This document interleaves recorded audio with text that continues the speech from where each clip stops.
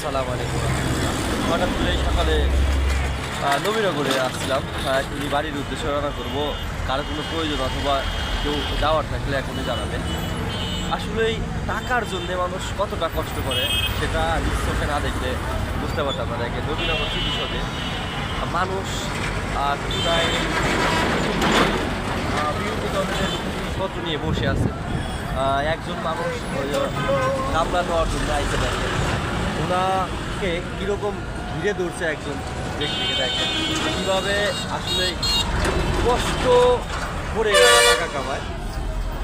খুবই কষ্টদায়ক, খুবই কষ্টদায়ক যে আসলে মানুষ টাকার জন্যে এত কিছু করে, যে এই টাকা দিয়ে কোনো কিচ্ছু হয় না।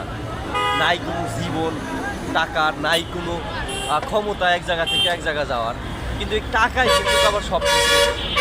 আল্লাহ তুমি দান করো।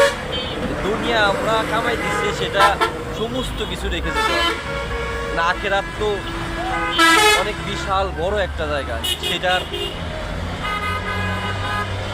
আমরা কয়জনেই করি।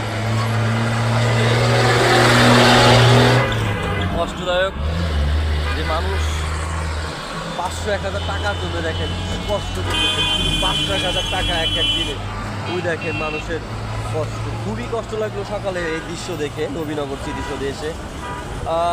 যাই হোক, আমি যেই উদ্দেশ্যে আইছিলাম, আমাদের আতিক ভাই বাবু দর্জি ওনার সৌদি চলে গেলেন, আর আমির ভাই সাথে দোয়া করবেন ওনাদের জন্য। আল্লাহ যেন ওনাদের ভালোভাবে পৌঁছে দেওয়ার প্রতিজ্ঞান করে। ধন্যবাদ সকলকে। আসসালামু আলাইকুম ওয়া রাহমাতুল্লাহ।